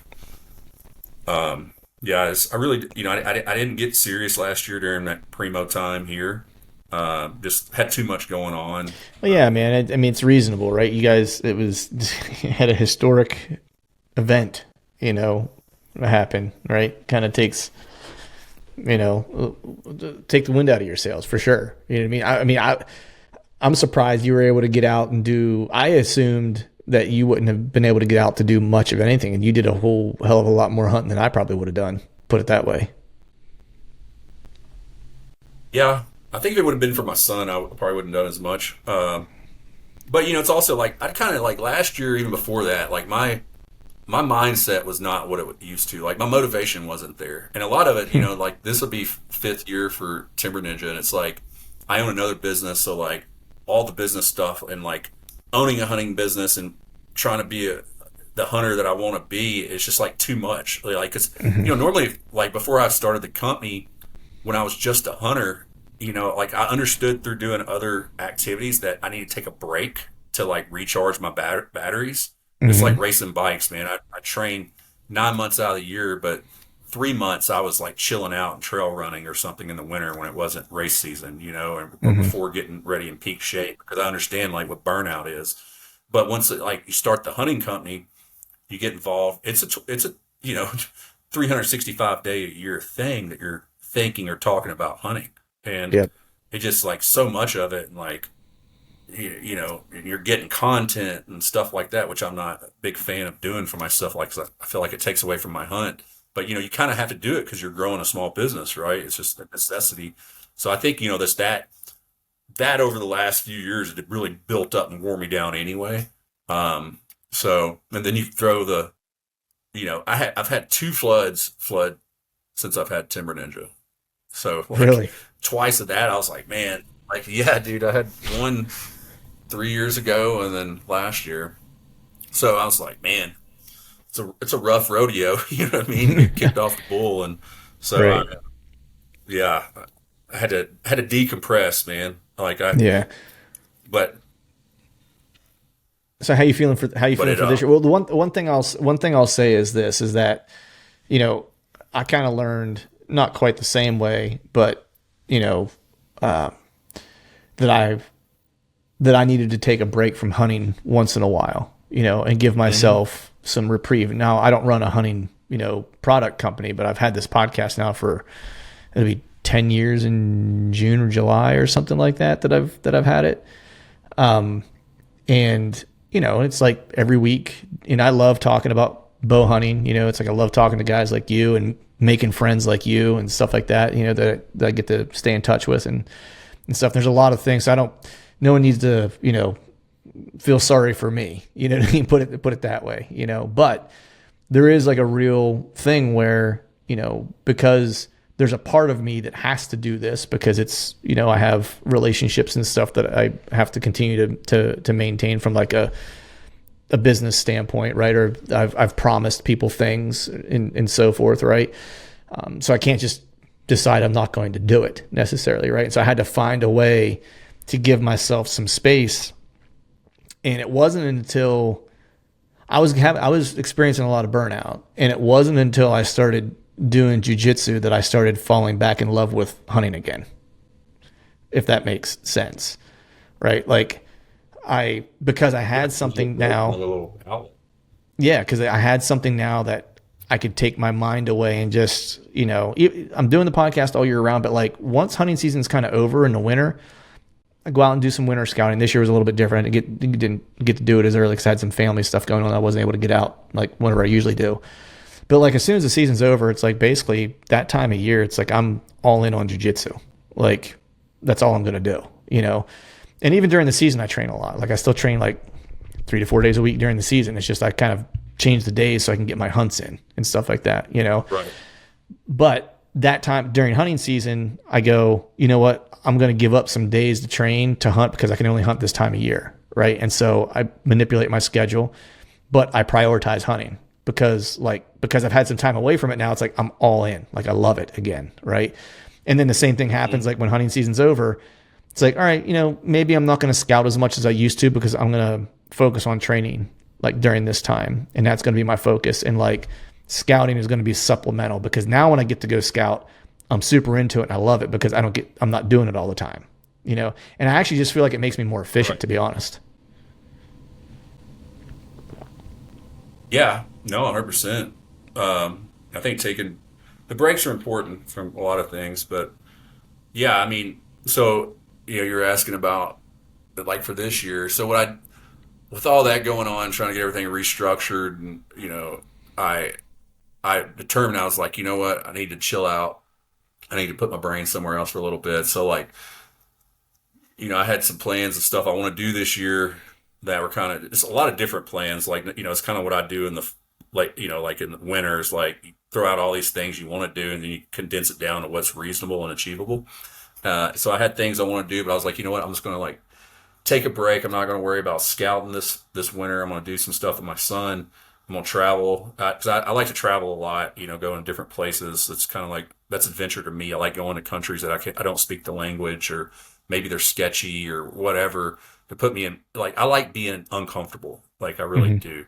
So, yeah, so like I really focused on that. Me and a homie went to Belize in I think February or March and we went spearfishing. We were down there for like 4 or 5 days, just spearfishing, hanging out, drinking beer, hanging out in board shorts and flip flops every day, like Doesn't chilling sound out. bad to me. No, it's not. I would like a few years like live down there during that time of year because it's so gloomy up here. So I did that, and then I went to Southeast Asia for a while. Went to like Vietnam, hung out there. That was really fun, and then came back and like turkey hunted a little bit, man. But it was like kind of a weird year for turkey, and I just really wasn't psyched. I did one out of state hunt with a buddy. We went to some national forest country and spent about 4 or 5 days. Place I've never been. Beautiful area. Got on a couple birds. They just were not acting like birds were. And I've talked to a lot of people this year that I feel like I'm a decent, above average turkey hunter, but like I know some buddies, obviously that's their thing. And it seemed like a lot of people struggled this year. But I also like, I like riding, hard enduro dirt bikes, like single track dirt bike stuff. And my son's gotten into it. I bought him a bike last fall, and I bought me a new one in February.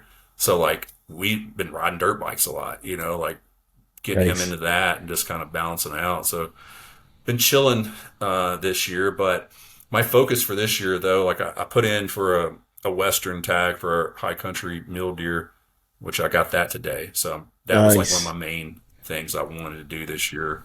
So got that charge on my credit card today. So that's a big deal because I've got a real good friend of mine I grew up with, and I've done all my like bigger adventure hunts with.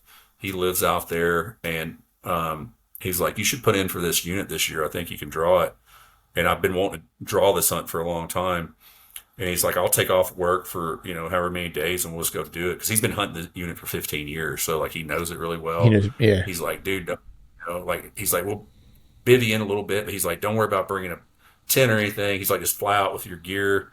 He's like, I've got multiple tents, so you don't have to drive out here and you can fly light. So that's going to be real fun because he and I haven't hunted together since we went caribou hunting up in the North Brooks Range in 2020. That's the last time he and I got to hunt together. So I'm really stoked about that. And then I got a couple spots I'm going to whitetail hunt this year.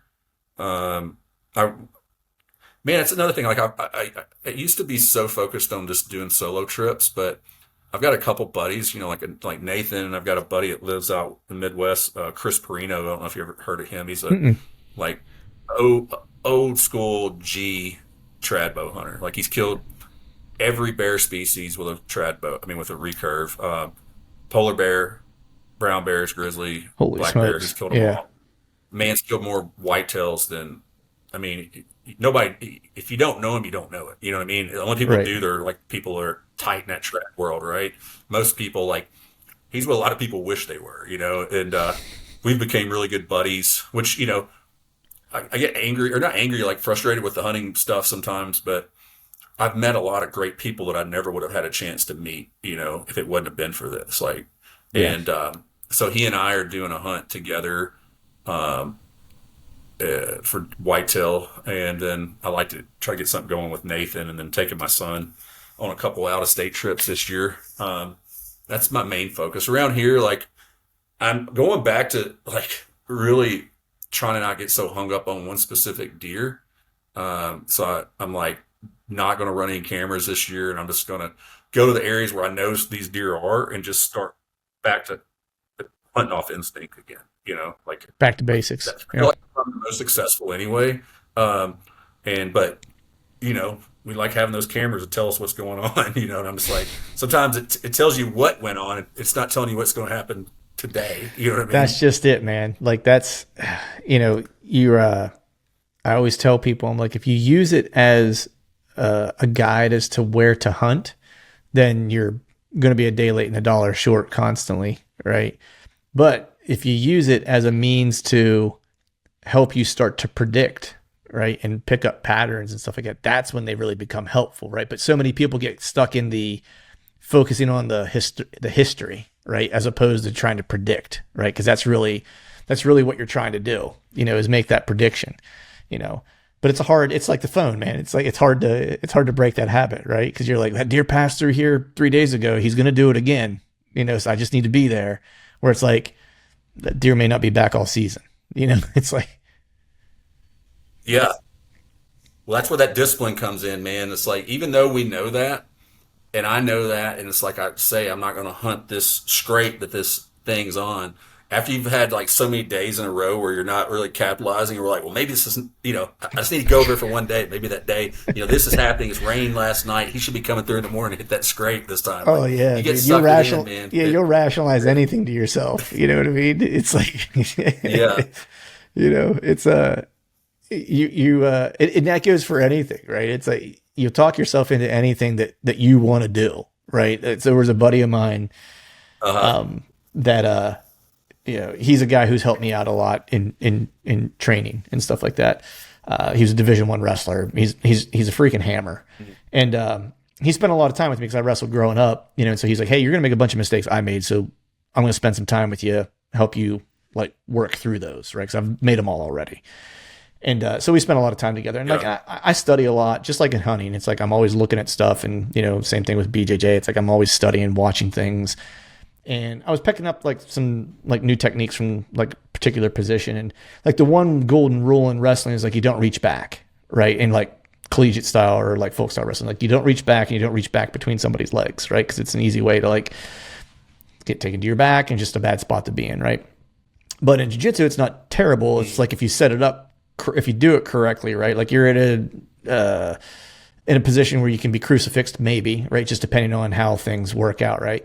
So I was playing with this technique and stuff like that, and he caught me a handful of times while I was trying it.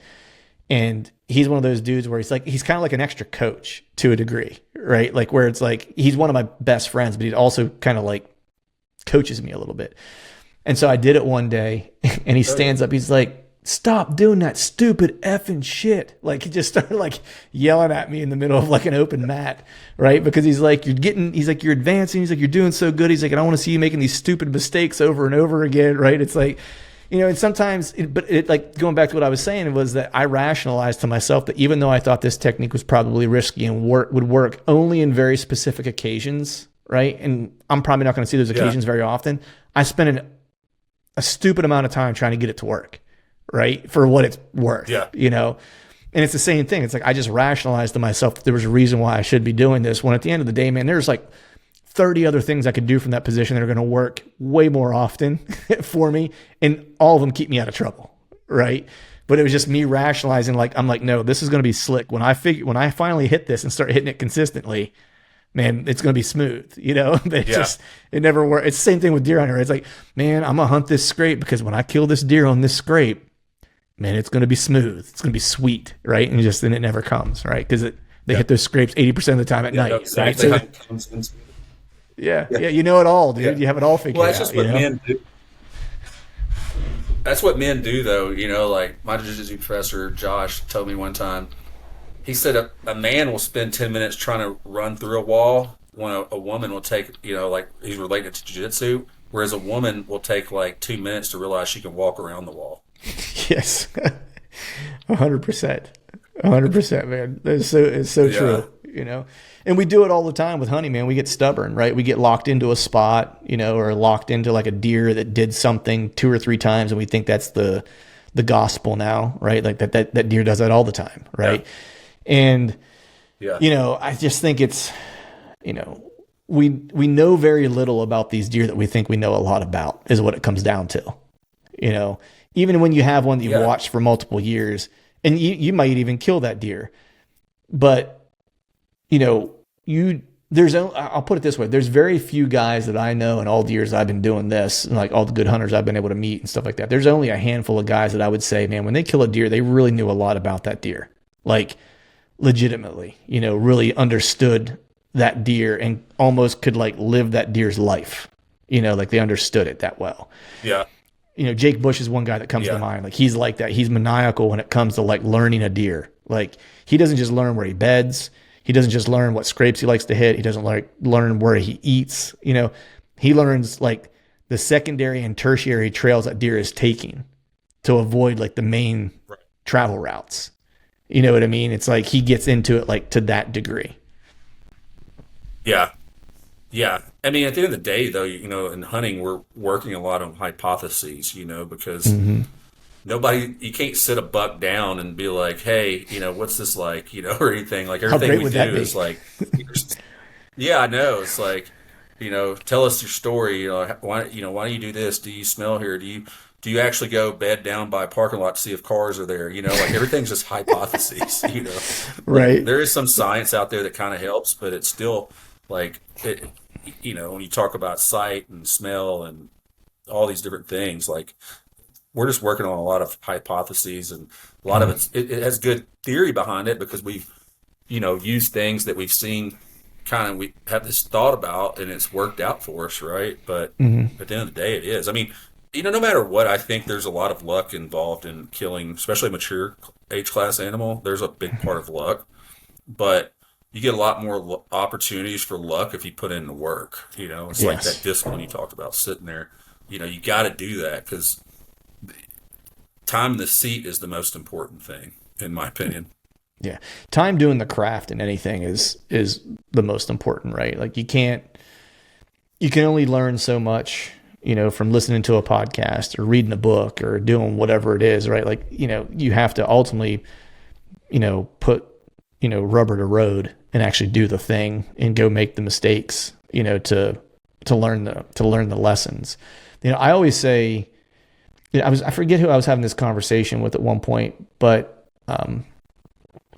I asked this guy, the question was something like, how often do you look at the mounts on your wall and not just think back to like the hunt, or the memory, but think back to how you killed that deer and like what all you knew to be true based on you killing that deer, right?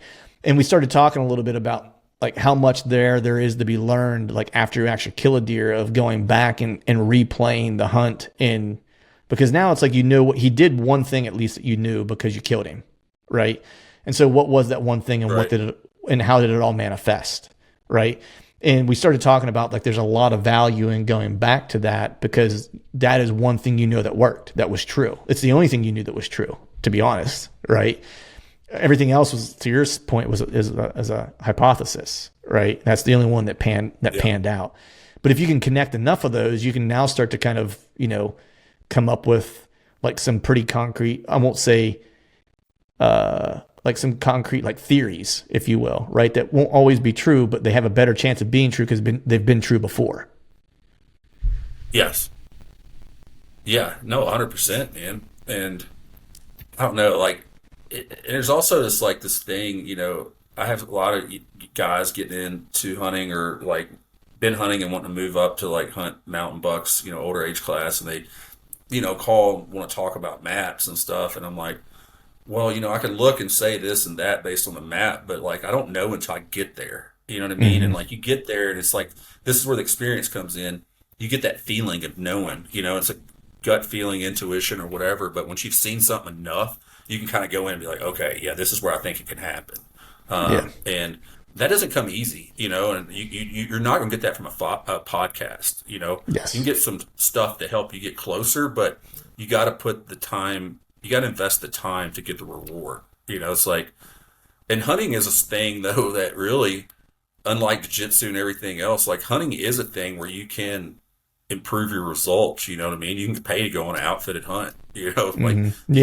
Pay for success in hunting. You can't pay for success in jiu-jitsu or anything else. So like people that have done some of this stuff and understands the hardship, I've noticed, like take Johnny Stewart for instance. Dude's one of the hardest hunters I know. Like start of the season way into late season in other states that I don't know many people go as hard as him. But when I first met him, I knew of him, talked to him on the phone, but when we spent some time together and hung out, like I realized like he was a wrestler in high school, and I was like, oh, that's where he gets it from. It's from wrestling. There's a trait, man, that you can kind of pick up. Like there's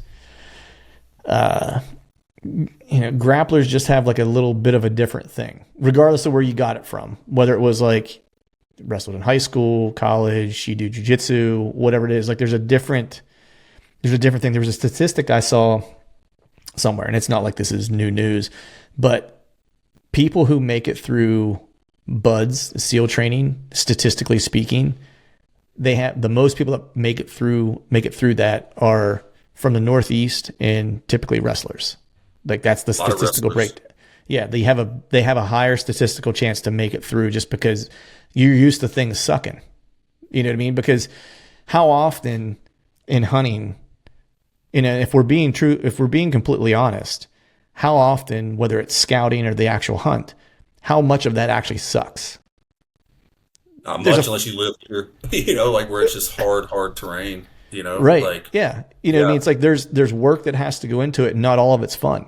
There's parts of it that aren't great, that you would love to bypass, but that goes back to what you were talking about earlier, which is if you don't like the journey, no matter what it is, you're going to be hard pressed to find success or stick with it in general. Oh, for sure. Yeah. You got to, I learned this in cycling and, other endurance sports I did. Like I found out that I was a masochist. Like I like to be in pain. I like to struggle because I don't know. It's like my whole life has been based around struggle. So like I've just kind of adapted to it. Like, and I've gotten to a point where if there's not struggle, I'm not happy with the result.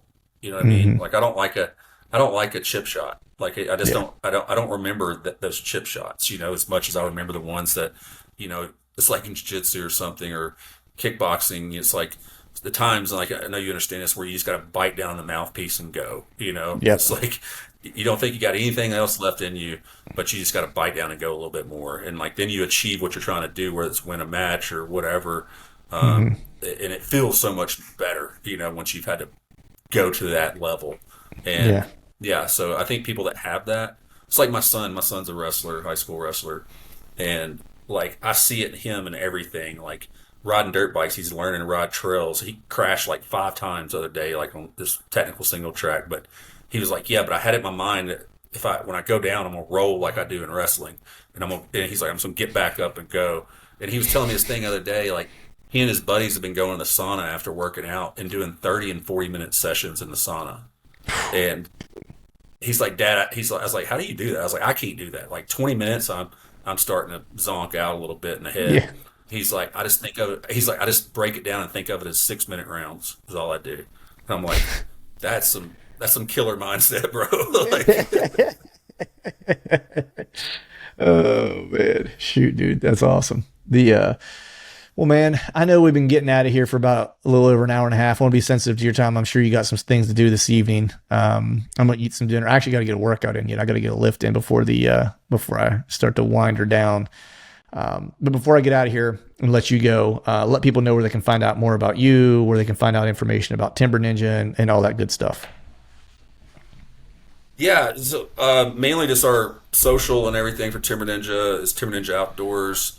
Website's timberninjaoutdoors.com. And yeah, we've got a lot of cool stuff coming out this year, man. I'm so excited we'll be starting to talk a little bit more about that here in June. Like, yeah, there again, we've suffered and we've came out, it's like nothing I wasn't used to, but it's like, I'm really excited with what's going down for us this year. It's been a good change of what we're doing. And sometimes you got to have like a big major failure or disaster to like, come out of it. But, that was a thing. Like I wanted to give up a lot during that period and like realize like, no, I don't give up. So like, I'm excited by not giving up to where we are now. And it's like a better version of where we were before the flood. Right. So really psyched. So people definitely tune into that. Yeah. So that's where you can find us. Awesome, man. Well, I appreciate you coming on, and I look forward to watching y'all's success. And we'll have to maybe one of these days get together, shoot some bows or something. Yeah, dude, let's do it anytime, man. Good Some talking to you. bows Thanks for having me on, man. I really some appreciate bows and some rolls. How's that sound? it. Yeah, exactly. Yeah. Figure out which one I want to do first. Right. I'm saying bow first. That way my shoulders are good. Yeah. I've got mats here, man. So if you come this way, we can train at the house. Nice. Awesome, buddy. Well, hey, man, I appreciate you. All right, folks, that is a wrap for today's show. I'd like to thank all of you for listening. And if you haven't yet, please head over to iTunes and leave us a 5-star rating. And be sure to subscribe to the podcast. And hell, while you're at it, head over to YouTube and give us a sub there too. I'd be super appreciative if you do those couple things for me. And before I shut this thing down, I need to give a big shout out to our partners who continue to help us make this podcast possible. Tacticam, Osseo Gear, Hawk Optics, Face Off E-Bikes, and Lathrop & Sons Boot Company. And until next time, we'll see y'all.